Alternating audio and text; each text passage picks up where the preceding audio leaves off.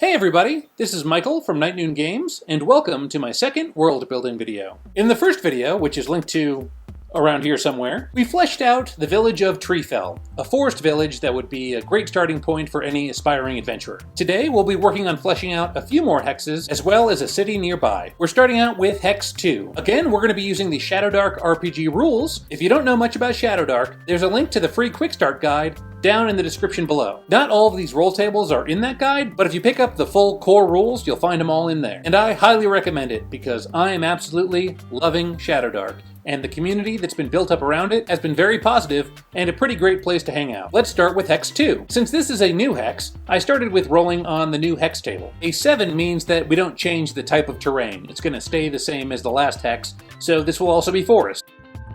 I also need to roll a d6 to see if there are any points of interest here. I didn't roll a 1, so we know that there are no points of interest. Finally, I rolled for the danger level and determined that this hex will be safe. Even though it is Shadowdark, everything can't just be super dangerous all the time. For hexes 3 and 4, I got similar results, the only difference being that hex 3 is risky instead of safe.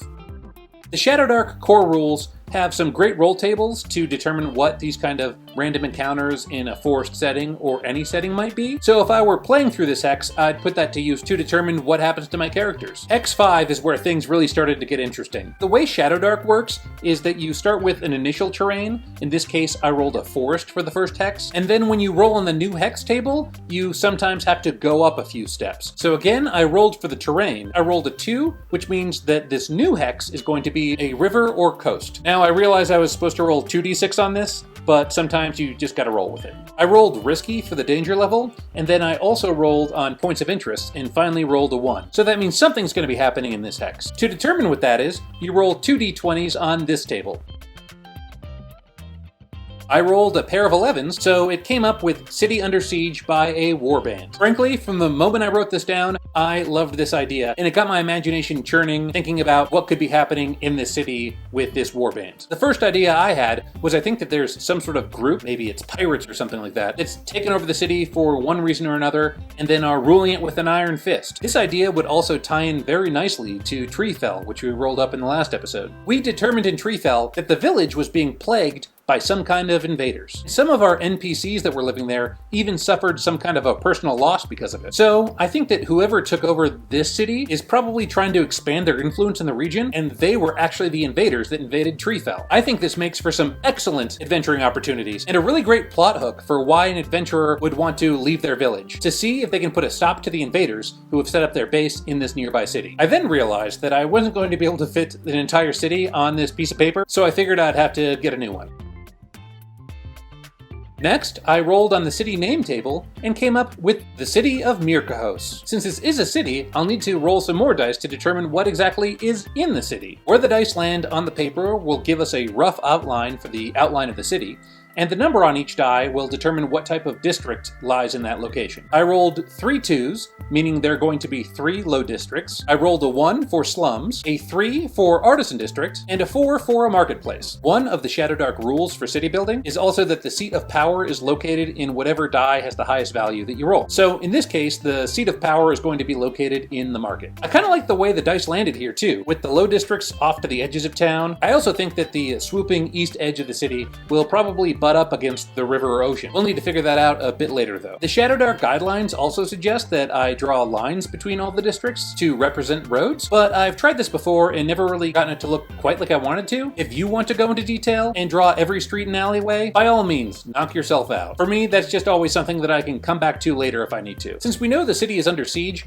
I'm not even going to bother rolling up alignment for the city as a whole or the districts. I'm pretty sure because of the state of affairs, they're all just going to be chaotic. This also means the whole city is going to be risky, so there's going to be plenty of random encounters for the adventurers to run into. The next step is to determine what is in each of these districts. I'm going to start with the Northern Low District. We do that by rolling a d4, and that determines how many points of interest there are, and for that, I rolled 3. I then rolled a d6 for each of those to determine what those points of interest are. I rolled a 2, 4, and 6, meaning these would be a poor tavern, a standard shop, and either warehouses or sheds. First up, we'll take care of the poor tavern. Taverns are always really fun to roll up. I started with the Tavern names table. I rolled a 13, 6, and 4 to determine that this is the Cloak and Trident, and that it sometimes hosts cult rituals in the basement. I think cults are one of the most fun tropes in D&D, so I'm pretty excited to flesh out a little bit more about what this cult is and what they have going on. The Cloak and Trident is also a great name too, considering that the city's on the water. Rolling on the food and drinks tables showed me that this tavern is known for its boiled cabbage,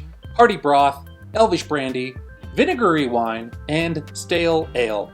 Yuck. I've certainly drinking enough warm beers in England to know that is not for me. Just like the last world building video, I like to roll up an NPC to see who's running the joint, or who might be found there. Shadowdark has some great tables for NPC generation that brings a lot of variety into the characters without making it seem overwhelming to create them. The things I roll for initially are ancestry, age, alignment, wealth, and then the name, and I can roll those all at the same time. So what I rolled here was a 1, which makes them human, a 15, so I know this human's name is Indra, a 2 makes her an adolescent. Wow, there seems to be a lot of kids running bars in these parts because the innkeeper at the Jolly Rat, that was the tavern in Treefell, was also an adolescent. A 6 makes Indra chaotic, and a 5 makes her wealthy. Now the question is, how can she be wealthy when running a tavern in this part of town? More on that in a moment. Next, I rolled on the NPC qualities table to learn a little bit more about Indra. I rolled a 9, 5, and a 12. This means she has a facial scar, prays aloud, and is a smuggler. One of the things that I think is so much fun about using this kind of randomness or world building is it gives you ideas that you may never have had on your own otherwise. For instance, if this is a poor tavern located in a low district of the city, how could this kid ever have gotten wealthy? It's kind of a juxtaposition that the dice have presented me. Well, I think my solution to that conundrum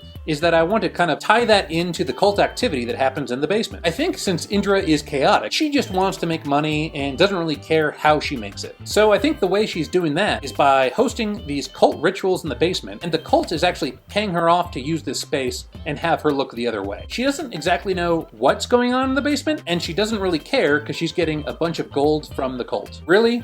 That's all she cares about. But who knows? Maybe she'll learn exactly what's happening down there and change her mind later on. I think this probably goes hand in hand with her being a smuggler as well, since she's probably smuggling people in and out of her establishment in a way that doesn't draw any suspicion. Personally, I would have never come up with this story if it wasn't for the randomness that the dice presented me. That's just what I love about it so much. It forced me to come up with a reasonable explanation for why these two seemingly conflicting pieces of information fit together in a logical way. And really, I think this bar and this character and the potential story that you can tell with them is going to be a lot richer for it. The next point of interest in the Northern Low District is a criminal safehouse. There aren't any tables to roll on to specify what kind of criminal safehouse this is, so I think we're just going to have to figure that out as we go. In the meantime, I do need to roll up another character that can be found here or that is running the safehouse. I rolled an 11 for Half-Orc, 14 for their name, Kresh, a 4 so we know that Kresh is an adult, 2 so that we know that they're lawful, and 5 so that we know that Kresh is wealthy. So again, this brings to question, how can a lawful person be running a criminal safehouse? It's another juxtaposition that the dice have presented us. Well, we know that this city has been taken over by some sort of warband or criminal organization maybe. So I think that the criminals using this criminal safehouse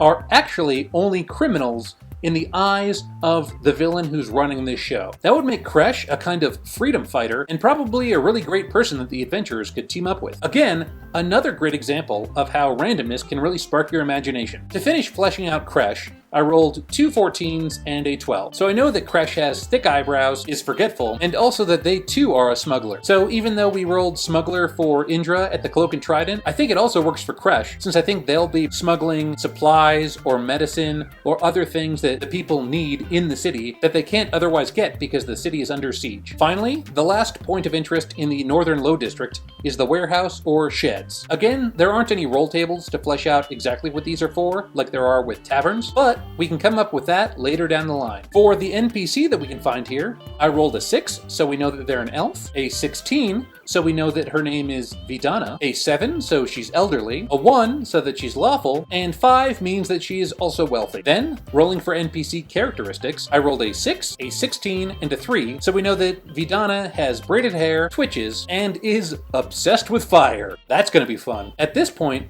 we've only really scratched the surface on developing the City of Myrkhos, the city under siege. We have finished fleshing out the Northern Low District, but we still have 2 other low districts, a slums, an arts district, and a marketplace that we have to roll up. I think those are just going to have to wait for the next video. If you're interested in seeing the next video when it comes out, Make sure to like this video, subscribe, and also click the little bell icon. That'll give you a notification when it goes up. Let me know what you've gotten out of this or what you think of the city in the comments below. If you're looking for more games or TTRPG resources, check out my page on itch. That's linked below too. You can also subscribe to my newsletter where I keep you up to date on new games that are releasing, and I'll also send you a free guide to Dragon Turtles. This is some great lore that you can plug into any fantasy setting, regardless of game. It's system neutral, and I think you'll like it. You can also follow me on Instagram. Again, the link for all this stuff is right below in the description. Until our next adventure, stay inspired and keep those dice rolling. Thanks for watching.